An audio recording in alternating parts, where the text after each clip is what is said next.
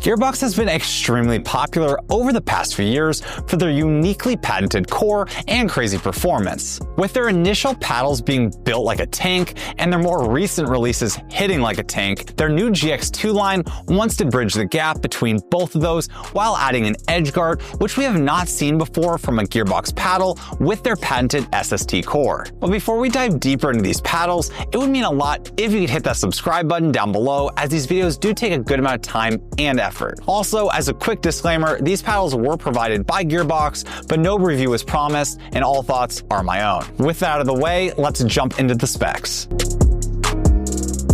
The GX2 comes in three shapes: the Hyper, the Integra XL, and the Elongated. The Hyper being a standard shape paddle, the Integra XL is a hybrid paddle, and the Elongated is, well, an elongated paddle. The face type on all of these paddles is carbon fiber. These paddles utilize Gearbox's patented SST core, but this time we actually see they elected to have their SST core go all the way to the edge of the paddle instead of surrounding the core with a thick layer of foam like we have seen on previous generations. All three shapes have a handle length of 5.5 inches from the spec sheet, although the Integra XL felt as though it was a bit longer than the other two shapes when I was playtesting them. The Hyper swing weight came in around 108 with a twist weight of 6.3. The Integra XL swing weight came in around 118 with a twist weight of 5.5, and the elongated shape came in with a swing weight of 120 with a twist weight of 5.5. Lastly, the price of these paddles come in at $269.99.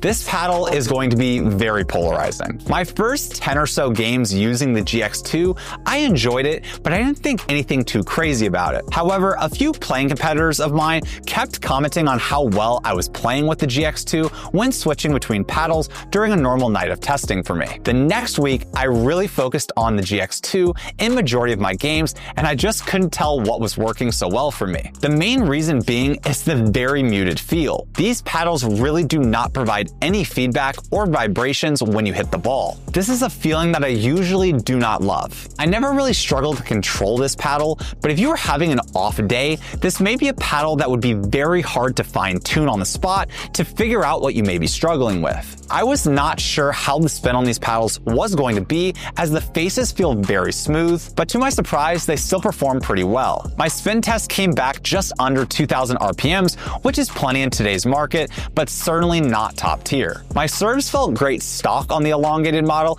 and even better when I added weight. I do think this paddle hits plenty hard, but it's hard to call this paddle a power paddle, especially when comparing it to Gearbox's other models. Speaking of, when I compare the GX2s to the previous Gearbox models, like the Ultimates, the GX2 feels much more plush with an even more muted feel. The GX2s also do not hit nearly as hard as the original Ultimates in my playtesting.